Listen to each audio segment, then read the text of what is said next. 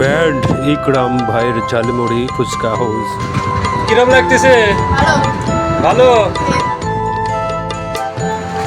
কেমন লাগছে ঝালমুড়ি? সুন্দর। ইকরাম ভাইয়ের ঝালমুড়ি জাতা ঝালমুড়ি না, একবার খাইলে আর একবার খাইতে ইচ্ছে করে। সেই টেস্ট ইকরাম ভাইয়ের ঝালমুড়ি, একবার খাইলে আর একবার খাইতে ইচ্ছে করে।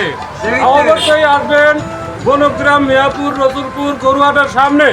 আপনারা আসবেন, একবার খাইলে বাড়ির জন্য পার্সেল করে নিয়ে যেতে হবে। সেই অবশ্যই আসবেন।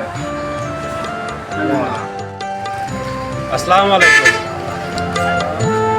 আপনি নতুন এই জায়গার দোকান দিয়েছেন স্থান পরিবর্তন করে, এই জায়গাটার নাম আপনি নিজের মুখে বলে দেন তো। মিয়াপুর, রসুলপুর, গরুহাটা শুনছি। বাহ বাহ বাহ, ইকরাম ভাইয়ের ঝালমুড়ি আসলে অনেক সুস্বাদু। যে খেয়েছেন সে অবশ্যই বুঝতে পারবেন ইকরাম ভাইয়ের ঝালমুড়ি কেমন সুস্বাদু। এখানে শুধু ঝালমুড়ি নয়, এখানে ফুচকা, হালিম, চটপটি সব কিছু এখানে বিক্রি করা হয়। সবচেয়ে ভালো হচ্ছে চপ। এই যে মাংসের যে চপ আছে, ছোলা আছে, ফুচকা আছে, হালিম আছে, চটপটি আছে, ঝালমুড়ি, এগুলো যে একবার খেয়েছে এই ঝালমুড়ি আর এই ফুচকার কথা কেউ ভুলবে না। এত সুস্বাদু ইকরাম ভাইয়ের ঝালমুড়ি। এখানে মামা ভাগ্নে হালিম ফুচকা হাউস। অবশ্যই আপনারা আসবেন এখানে খাওয়ার জন্য। মিয়াপুর, রসুলপুর হাটের, গরুহাটের সামনে।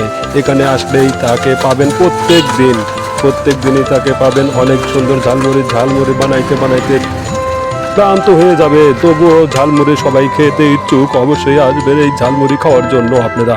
আমি সত্য কথাই বলছি, আপনারা একবার খাইলে বাড়ির জন্য পার্সেল করে নিয়ে যেতে চাইবেন। অবশ্যই আপনারা আসবেন, দাওয়াত করিলাম।